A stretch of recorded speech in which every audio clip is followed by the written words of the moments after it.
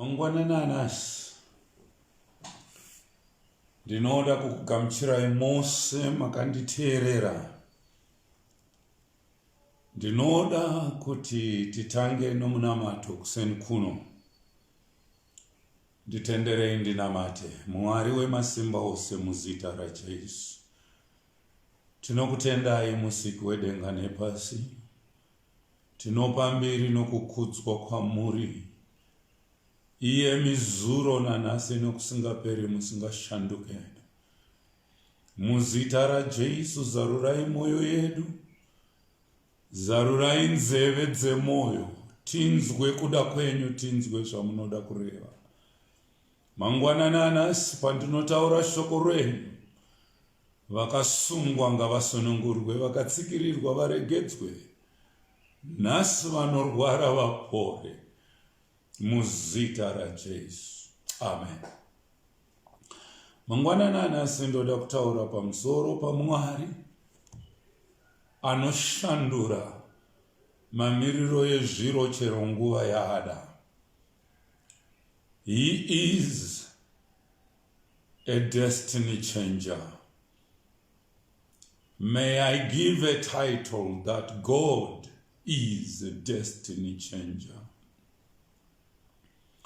I'm reading Nas ndoda kutaura kuti Mwari uyu kutungamira kwake haangokutungamirira mune zvinofadza chete, haangokutungamirira mune zvinokomborera chete.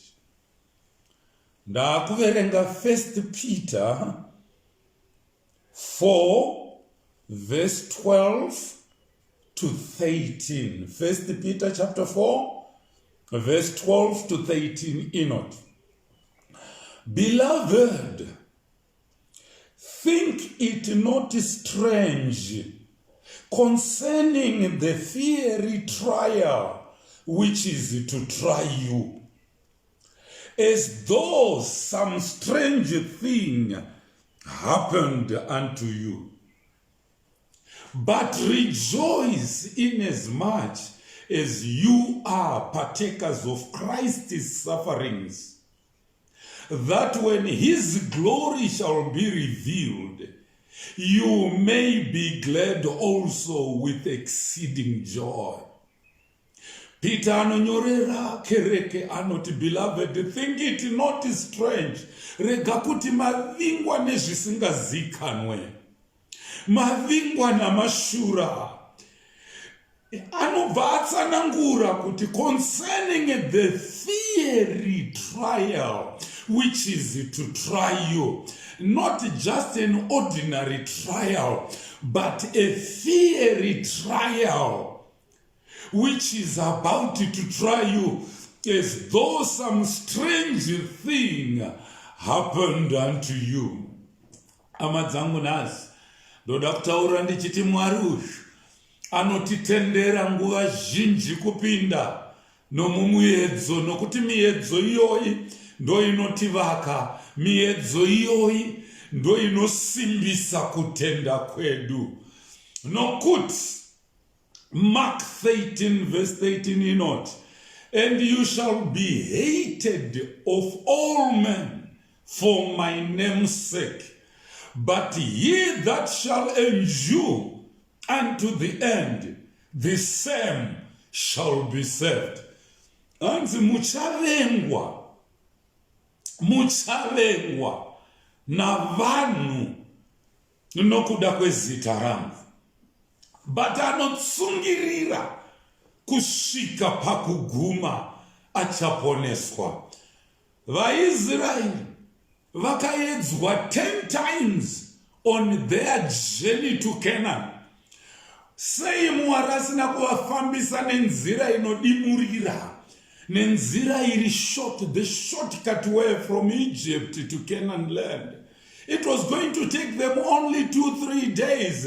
They could be in Canaan with all their heads, their cattle and sheep. But God chose the longest way. Hama yangu kana Mwari asarudza nzira yaanoda kuti ufambe nayo, don't fight the process. It will cost you many years. It will cost you many days to accomplish. Panapa, Jesu ari kuti muchavengwa navanhu. Even Moses achitungamira vaIsraeri vakamuvenga. Exodus 14 verse 11, you know. And they said unto Moses, because there were no graves in Egypt, hast thou taken us away to die in the wilderness? Wherefore hast thou dealt thus with us, to carry us forth out of Egypt? Vakanga vasvika nepagungwa. Mwari akanga asingaone here kuti kwavari kuenda nako kuno gungwa. Mwari anga asingazive here kuti kune gungwa. Asi Mwari akavaendesa nepagungwa. Reason anga ane chikonzero chokuti iye Mwari aratidze simba rake, aratidze ukuru hwake, aratidze kugona kwake, kuti hakuna chinomukunda pasi pezuva, hakuna chaanokoniwa. Akavasvitsa ipapo, vavengi vachiteera vakaita sevakufara vavengi kuti tavawanikidza nhasi tinovaparadza. Asi Mwari anoti fambirai pamberi.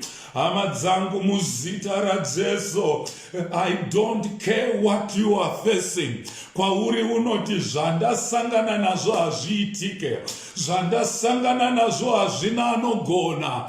Kudenga kuna Mwari anogona, kudenga kuna Mwari asingakundikane. Hama dzangu vakavenga Mozisi vakamutuka, asi Mwari akauya akazviratidza. Muedzo wokutanga kuvengwa navanhu. They were hated with the people. NaJesu anoti you shall be hated by people. Muedzo wechipiri wakasangana nevanhu vaMwari. My dear brothers and sisters, hear me well. Ari kutungamira vaIsraeri ava hahasi Mozisi chete. Vaitungamirwa neshongwe yegore masikati, shongwe yemoto usiku, kureva kuti Mwari pachake ndiye ari kutungamira vaIsraeri. Asi Mozisi ari kuti ngatiendei nepapa, ngatifambei nepapa. Mozisi aiteverawo gore raivatungamira. Uyu ndiMwari ari kuvatungamira, kwete munhu. Muedzo wechipiri. They were tested by God, not with the devil. Visai Satan apa, ndiMwari uyu. Exodus 15 verse number 22. Inoti so Moses brought Israel from the Red Sea, and they went out into the wilderness of Shur, and they went 3 days in the wilderness and found no water. Amadzangu ndiMwari mudesert rinopisa, mombe, makwai, vana vamwe vari kuyamwa navacheche, walking for 3 days, no water. Kana ugere chete haunzwe nyota. Asi kana uchifamba, kunyanya futi uri kutofamba mujecha makaoma, hamusi mutara, hamusi murodhi rakagadzirwa, mujecha muwilderness, for zuva 1 radoka, kurara pasina mvura yanwiwa. Second day, no water, kurara hope pasina mvura yanwa. Chokwadi here ndiMwari uyu ari kutungamira? Chokwadi here vari pasi pegore neshongwe yemoto? 30 day vanonosvika pamara, pane mvura inovava. Mvura yacho hainake kuti vainwe, mvura iri kuvava hainwike. Mozisi anotaura naMwari, Mwari vanorapa mvura, vakunwa mvura yakanaka, vari pamara. Hama dzangu, ndiri kukumbirisa nhasi miedzo yauri kusangana nayo. Rega kungonanga Satani. Rega kuramba uchiti Satani, Satani. Taura saJobho anoti kana Mwari apedza kundiedza, ndichabuda ndaita segoridhe. Though he slay me, yet will I trust in him. What am I saying? Iwe zvimwe zvinotiwira, hapana chinondibata kana Mwari asati atendera kuti chisvike kwandiri. Hakuna chinondiwira Mwari asati atendera. Vana vaJobho havana kufa Mwari asati atendera. Makwai neng'ombe dzake hazvina kutorwa nevavengi Mwari asina kutendera. Ndosaka Jobho akati Mwari uyu, haleluya, Mwari uyu akapa, Mwari watora. Zita raJehovha ngarikudzwe. 3 days. Let me come into your life. Let me give a life application to this scripture. How many years have you been in the same problem? How many years are you facing these difficulties? How many hours wakutofunga kuti hakuna Mwari? Vamwe vakutofunga kudzokera kumidzimu nemadhimoni, hadzina kukwana dzako. Shamwari, it's backward never. Zvatasangana nazvo ndiMwari ari kuda kuti zita rake rikudzwe. Pavakayambuka pagungwa dzvuku vakaridza matabori, vakafara vachirumbidza. Farao nengoro dzake vavengi vose vaparadzwa, vakafara vakapembera. But shure kwekukunda kunouya mumwe muedzo. Shure kwebreakthrough kuri kuuya another test. Hama dzangu nazo, ngatikundei matesti ose ari kuuya kwatiri. Kubuda kwatakaita mumachechi, Mwari vari kuzviona. Kunamata kwatiri kuita tiri panze, tichirohwa nemhepo, tichipiswa nezuva, Mwari vari kuzviona. Rega kudoma Satani. Kechitatu, they were tested with hunger. Exodus 16, verse 3 to 4. And the children of Israel said unto them,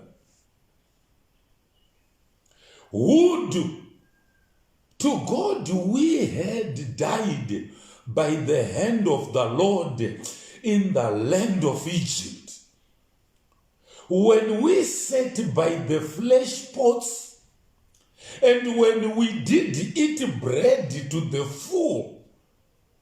For you have brought us forth into this wilderness to kill this whole assembly with hunger. Then said the Lord unto Moses, behold, I will rain bread from heaven for you, and the people shall go out and gather a certain rate every day, that I may prove them whether they will walk in my law or no. I like verse number 4. The last sentence says, that I may prove them whether they will walk in my law or not. Kureva miedzo yose yavari kusangana nayo, madambudziko ose avari kusangana nawo, zvose zvinorema nezvinorwadza zvavari kusangana nazvo, God wants to prove to them. God wants approval. Oh, nerebo sanda rabosha. Mwari vari kuda kuapprova upenyu hwako, kuti unoramba here wakabatirira pana Mwari, unoramba here uchifamba nenzira dzaMwari. haungatuke Mwari here, haungashore Mwari here nokuda kwebusiness radona, nokuda kwebusiness risiri kufamba zvakanaka, haungashore Mwari here nokuda kwekubuda muchechi kwawakaita. Hama dzangu nhasi nezita raJesu, Shamwari munhamo yako, mumadambudziko ako, mukuremerwa kwako, shout on the top of the roof and say, Jesus is Lord. Say, Jesus is my Savior. Jesus is my rock, my shelter. Whom shall I fear?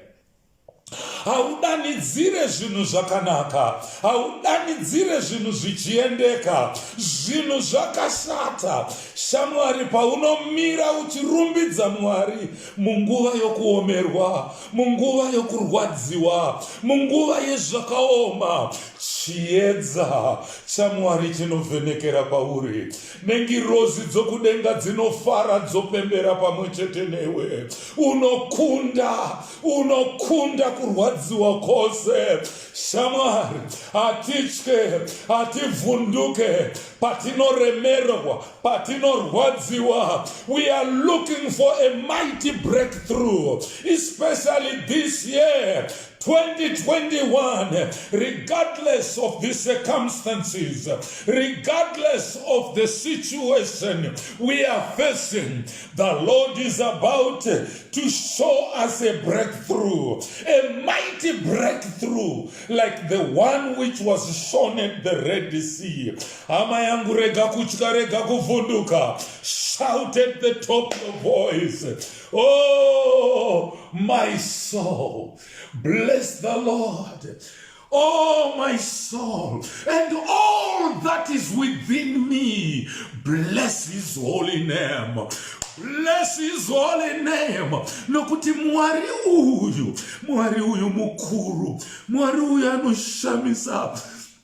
Regardless zvandiri kusangana nazvo, regardless kuomerwa, ngatirumbidzei Jehovha. Nezvose zviri mandiri, ngazvirumbidze Jehovha. Hazvina mhosva uri mulockdown, uri mumba mako, kamura mari yeoffering. Bvisa chegumi chako, manya kunobhadhara chegumi chako, manya kunobvisa offering yako munguva yakaoma, munguva inorwadza, munguva inorema. Unenge uchidadira Satani kuti Mwari wedu haasi Satani ari kutiedza. God was trying the children of Israel, proving them. Next konzero chokuti vakafoira 3 days and 3 nights vasina mvura yekunwa, vakapopota. Mwari akadzosa zvakare the same page pana Exodus 17 verse 2. Vanoti, wherefore the people did chide with Moses and said, give us water that we may drink.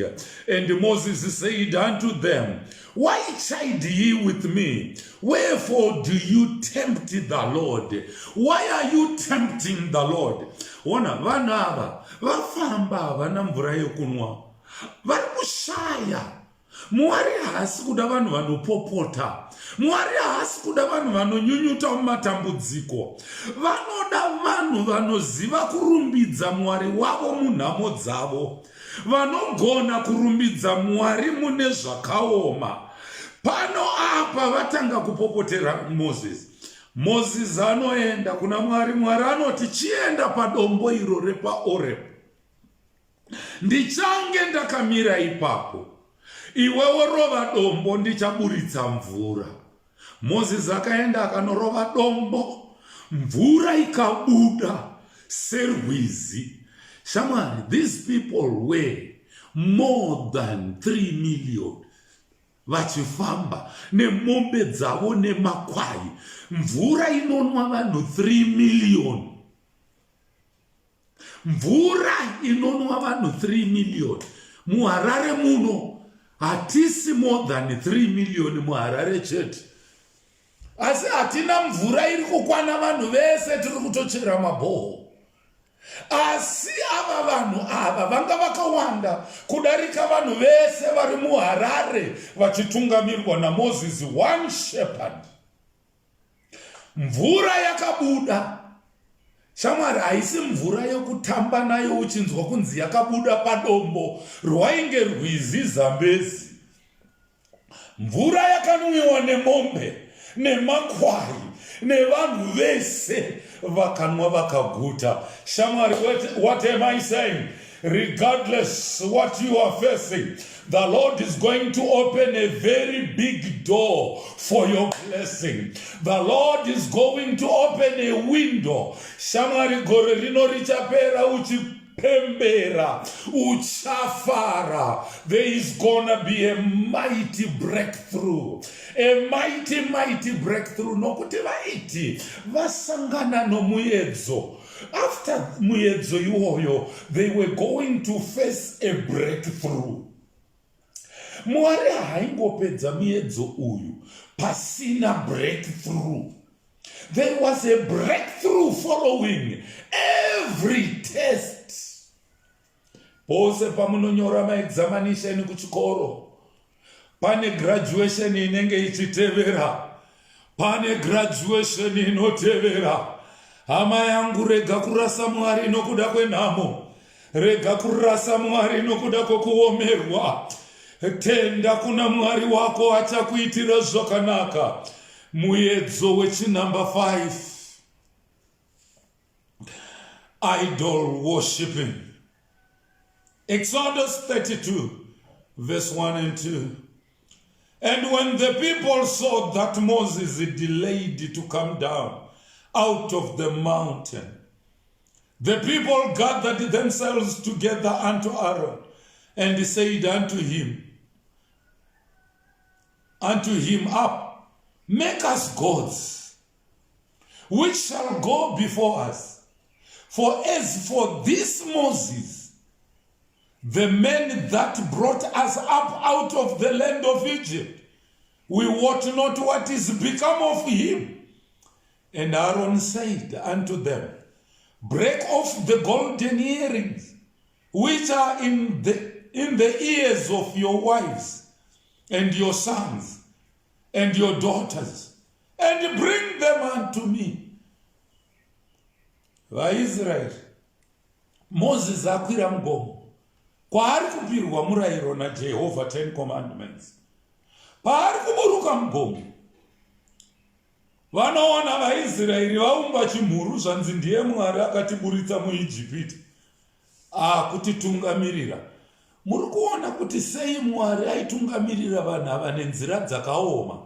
Aida kubvisa murangariro weIjipita mundangariro dzavo.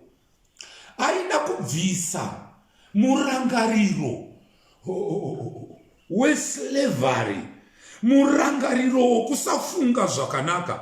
Imagine unobvisa maringi ari muruoko rwako nemhete dziri munzeve. Ndimi mega maakuumba chimhuru, maakupembera muchiti chimhuru ichi waMwari ndiye achatitungamira.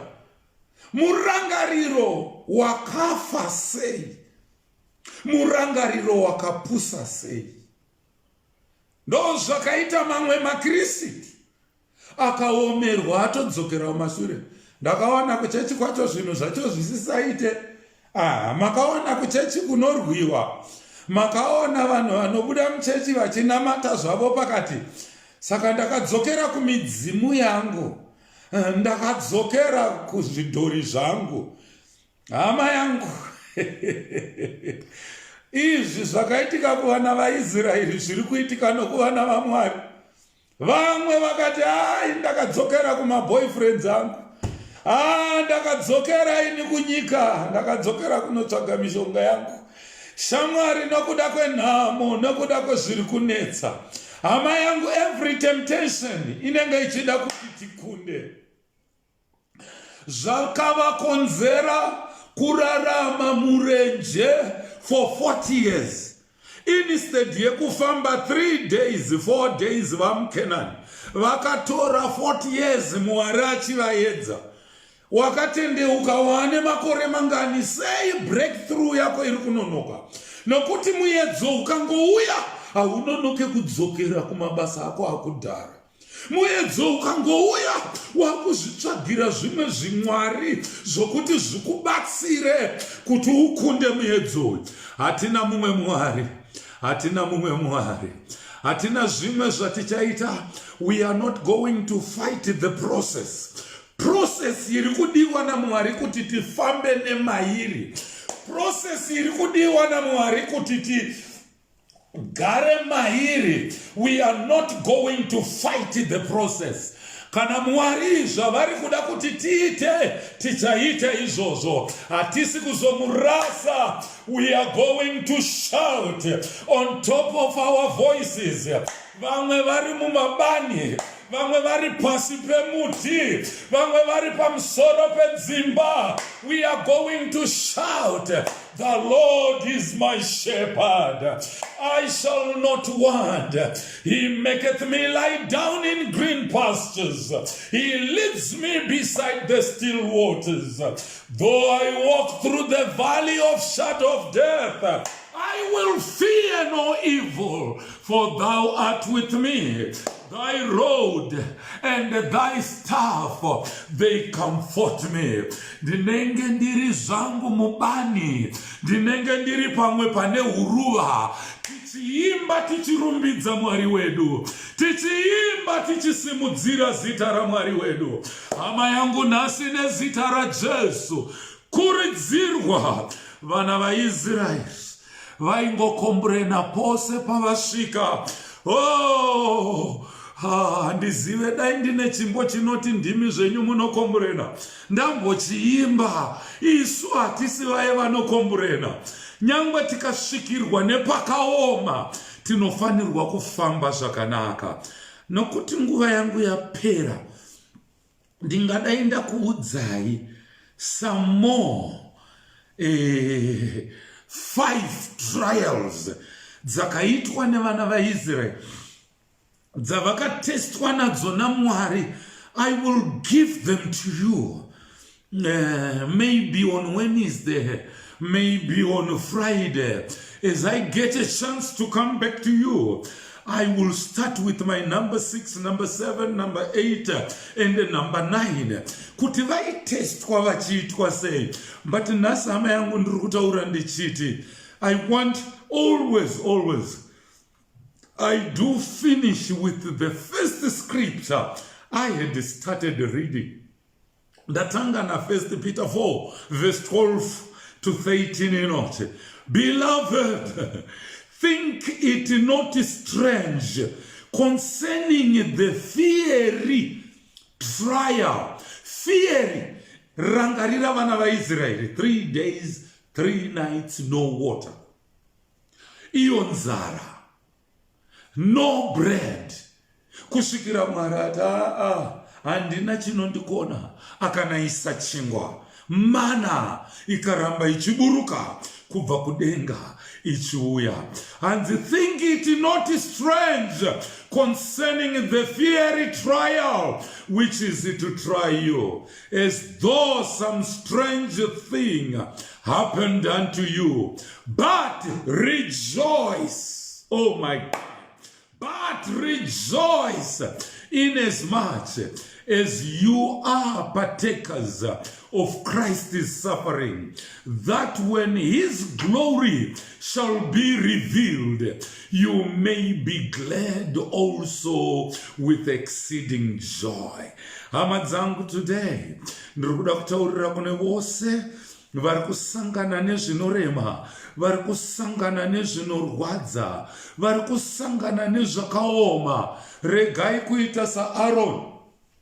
Kune mamwe maKristu akuda kuita saAroni, vanoti munongoteerera vafundisi vari kureva nhema. Dai Mwari akanga ariko, izvi zvingadai zvisina kukuwirai. Dai Mwari anga ariko, ko izvi zviri kukuwirai nei? Zvaita shamwari dzaJobho. Jobho, dai wakanga usiri mutadzi, izvi zvingadai zvisina kukuwira. Zvakadai hazviwire akarurama, zvakadai hazviwire munhu waMwari. Jobho akati muri kureva nhema. Ndanga ndiri shamwari yenherera, mutongi wemhosva dzeshirikadzi. ndaigovera varombo, handina chakaipa chandakaita, ndaibayira zvibayiro. Ini kana Jehovha apedza kundiedza, ndichabuda ndaita segoridhe. Hama dzangu nhasi ndiri kuti Mwari vari kuona, Mwari vari kuziva zvauri kusangana nazvo, Mwari vari kuda kukubatsira. I just want to pray for you right now. Ndakunamata newe, simudza kutenda kwako, tyora uso bwako, simudze maoko ako. Ndakunamata Baba vangu muri kudenga muzita raJesu, munoziva kuchema kwedu nokufara kwedu, munoziva zviri kusangana nevana venyu. Munoti ndisati ndareva munenge maziva. Nyangwe bvudzi romusoro wedu rakaverengwa nemi, munoziva kuti tine mhotsingani dzebvudzi. Munoziva kufara kwedu nokuchema kwedu, munoziva kushayiwa kwedu, munoziva zvatinoshuva nezvatinovavarira. Ndauya kwamuri, imi munoshandura nhamo mukaita makomborero, munoshandura kutukwa mukakuita kuropafadzwa. Nhasi musi wa 4 July, Baba muzita raJesu, Baba muzita raJesu, shandurai nhamo yevana venyu ive makomborero. Shandurai kutukwa kwavo kuve kuropafadzwa. Makatakura kutukwa kwedu pamuchinjikwa. Shoko rinoti waturikwa pamuchinjikwa watukwa. Baba muzita raJesu, we thank you for a mighty breakthrough, a very, very powerful breakthrough. Gore rino Baba 2021, murukuda kutiratidza kubwinya kwenyu, murukuda kutiratidza ukuru hwenyu nesimba renyu.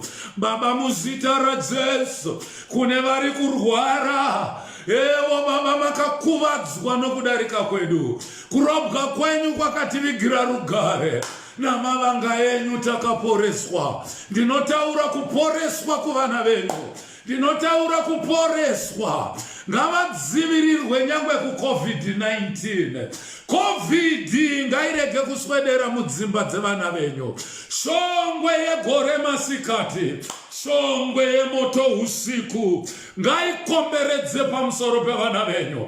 Ndinotaura kuropafadza nokukomborera kwedenga kuburukire mukati mevanotenda muzita raJesu.